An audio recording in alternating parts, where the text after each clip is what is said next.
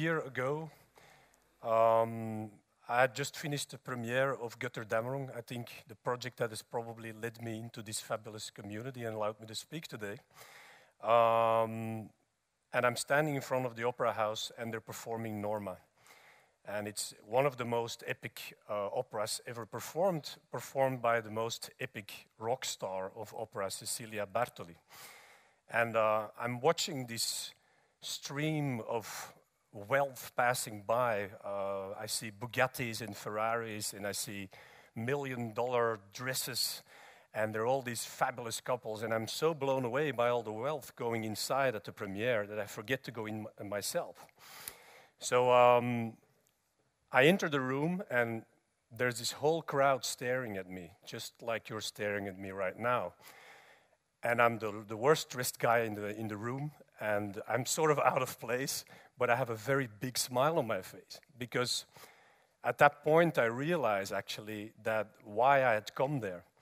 And I realized I pulled something off that I had set for myself, a certain target. And what that target is, I'll explain you later after giving you 2 or 3 case studies of how I reached my point in life and reached the point that I actually wanted to be. My speech called From the Gutter to the Stars. My project's called Gutter Dameron. It has a lot to do with the gut feeling. And let me talk to you about a few people that I think excel in that part, apart from Miss Cecilia Bartoli, of course, which I will explain to you. So the first story brings me to Berlin. And a guy called Karl-Heinz Müller, who is at that time, I think, also pretty much a rock star in fashion. Because in 10 years' time, this guy who started with weed-smoking skateboarders in Berlin managed to beat the Pret-a-Porter fashion fair by becoming the biggest fashion fair in the world. So this guy was a street dog who actually went from zero to hero and made Berlin really the most important fashion capital in the world. He's the guy who really put that little thing in motion there. And Karl-Heinz tells me, I have a problem, Bjorn, because I have 100,000 people coming to my fair, and I'm a bit confused. I'm like, what's the problem? And he says, I have become the establishment, and I don't want to be the establishment. I want to be the street dog, and you're going to help me be the street dog again. So that's something that didn't shock me. I wasn't surprised about that question or that assignment, but what shocked me most was that Karl-Heinz told me, I have between €500,000 and €1,000,000. You're going to make a show for me, and I will see you the night of the opening. And he goes out of the door, and that's the last thing I see of Karl-Heinz. So I'm like completely knocked out by the gut of this guy. Why does he put so much pressure on me? And I get immediately, when Karl-Heinz leaves the room, I have all these politicians who have become kind of corporate in this big company, being really scared because the big boss is gone, and, you know, strike the shepherd and the sheep will scatter, and everybody's like, we have to do this and that and this and so. So I'm ending up with this fair where they're used to doing these classic EDM DJ things where people are drinking champagne, and it's all really boring. And there's a lot of booths on the fairground, and I think, like, you know, how am I going to take these people by surprise? And I put a stage in the middle that looks like one of these booths, a big stage with a black cloth in front. And up in the air, where nobody's really watching, I put a few screens like these. So I surround the people with screens, and when they're actually sipping their cocktails, they start to notice there is weird characters like this little guy starting to talk around them, and there's this movie going on. And the whole thing explodes in the end into something people didn't expect. I'll show you the result of that night, just the last few minutes, so you have an idea. Hold the fire! Leland just woke up. He don't look too happy. He got his hands on some Swedish rock and roll gunpowder to start the new order. Everybody down!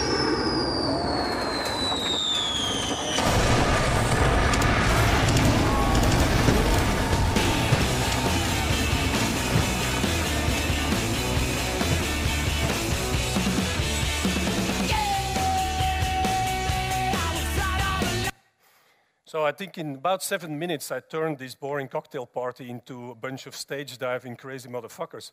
And I thought that was pretty interesting because I had underestimated that the audience. I mean, I thought the show would go well, but I didn't think they would do that. So Karl-Heinz, he learned me this really good lesson. He said, if you give a lot of responsibility to somebody you trust and you let him be despotic and do his own thing and work from the gut, he will perform under pressure. So Karl-Heinz knew exactly what he was doing when he left the room that night. And that makes him an unbelievable person that I still respect a lot. The next story is about a small DJ at the time, around the millennium in Holland. And the guy, the management of this guy is inviting me to Holland and saying, okay, we have this question for you because you're making all these rock shows and stuff. And the DJ in front of me is saying, I am going to ask you to make a rock show for me. And I want to be the first DJ who becomes a rock star with a private jet and a crowd watching me like the Rolling Stones. So I'm again staring at him like you are staring at me, like how is this record player going to pull that off? But I'm thinking, like, this guy has a lot of guts to do that, and he's an interesting person. So I tell him, okay, you're coming from the world of trance and painted persons, dancers in fluo colors and half-naked girls in Ibiza. You'll have to find something else to shock people who are used to drugs and nakedness. And maybe you should do just the opposite. Let's make an art piece, and you'll play trance to an art piece, and we'll take all these dancers from Wim van de Kuijbus and Anna Teresa de Keersmaker and all these arty people who are really muscular instead of voluptuous, and we'll make this art piece, and we'll just project it. And his management goes berserk because they're like, they're not gonna get it, and they're drug heads, and you know, this audience, and they don't get it, they don't get art, it's not gonna work. But Tiesto is looking at me, he's saying, give this guy a break, man, let's do this. So Tiesto is the name of the little DJ, and of course he has his private jet right now. And Tiesto and me, you know, like we take this show together with that whole creative crew that worked on it, because it's a lot of people working on it, not only me or the DJ. And we bring a big bag of cloth to Coachella in America, where everybody only listens to rock and roll at that time.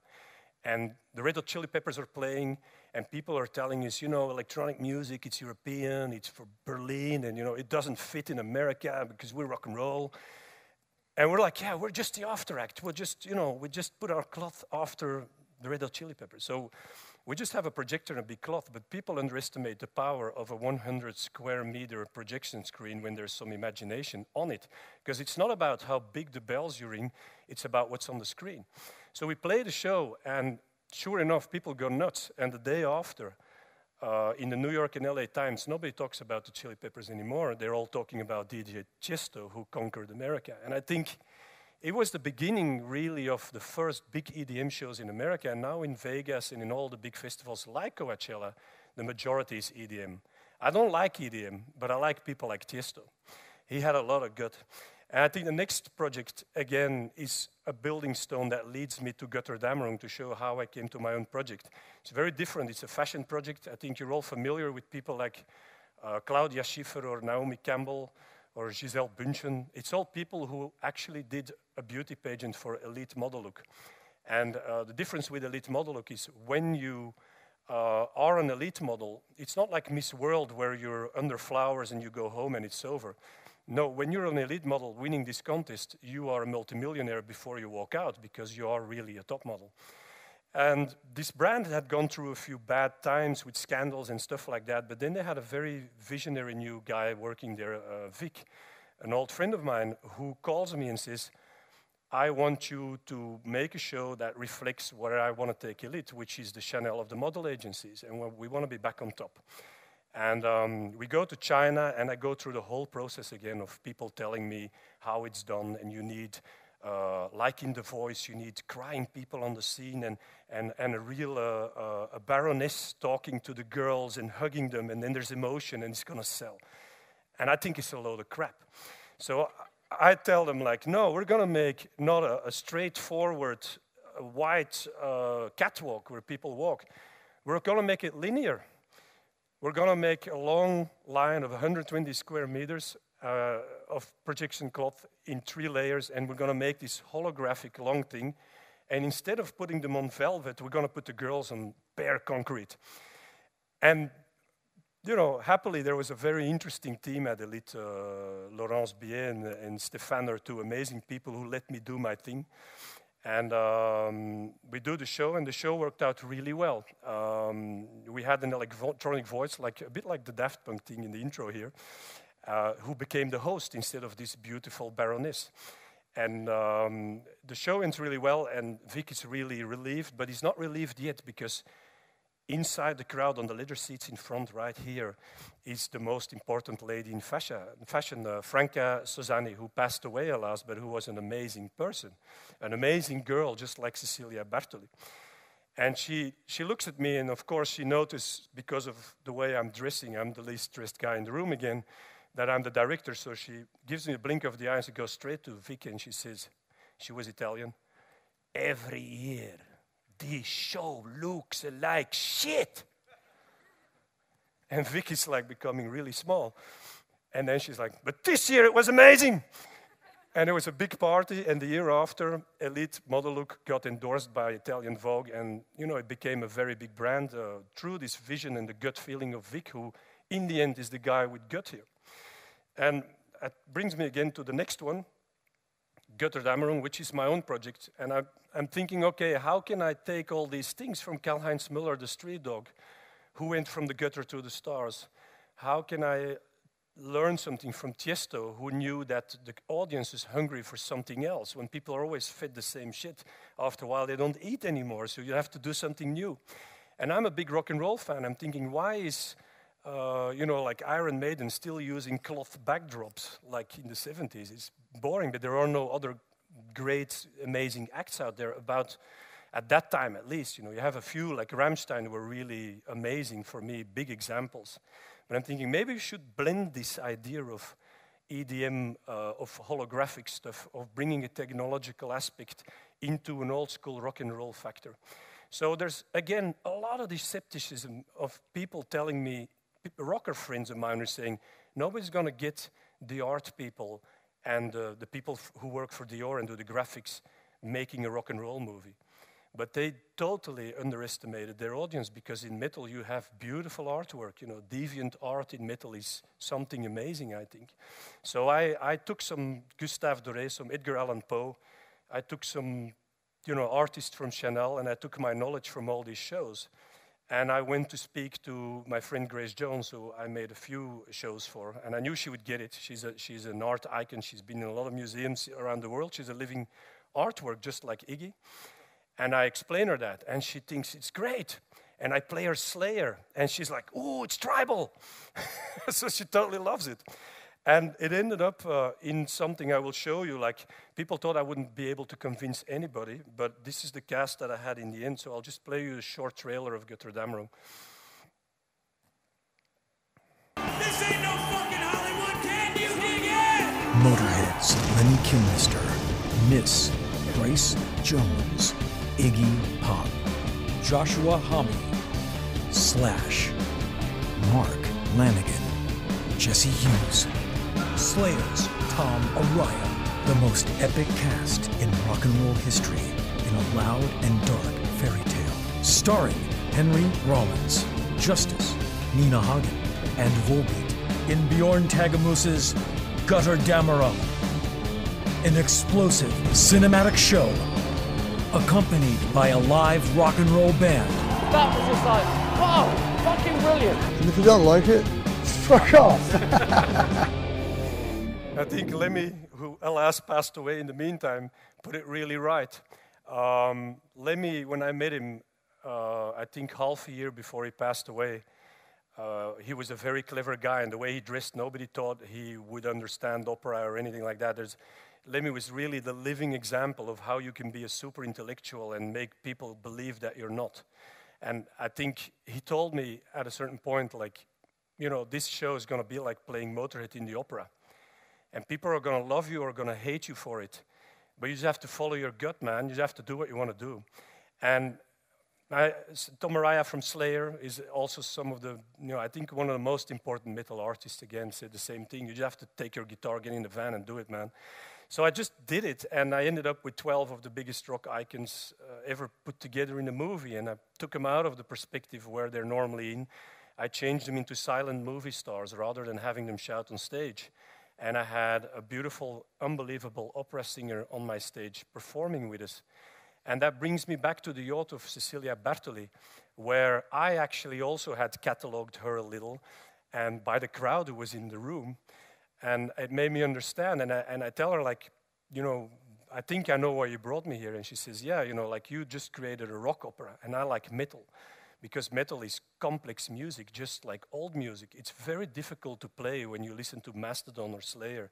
It's virtuoso stuff, you know.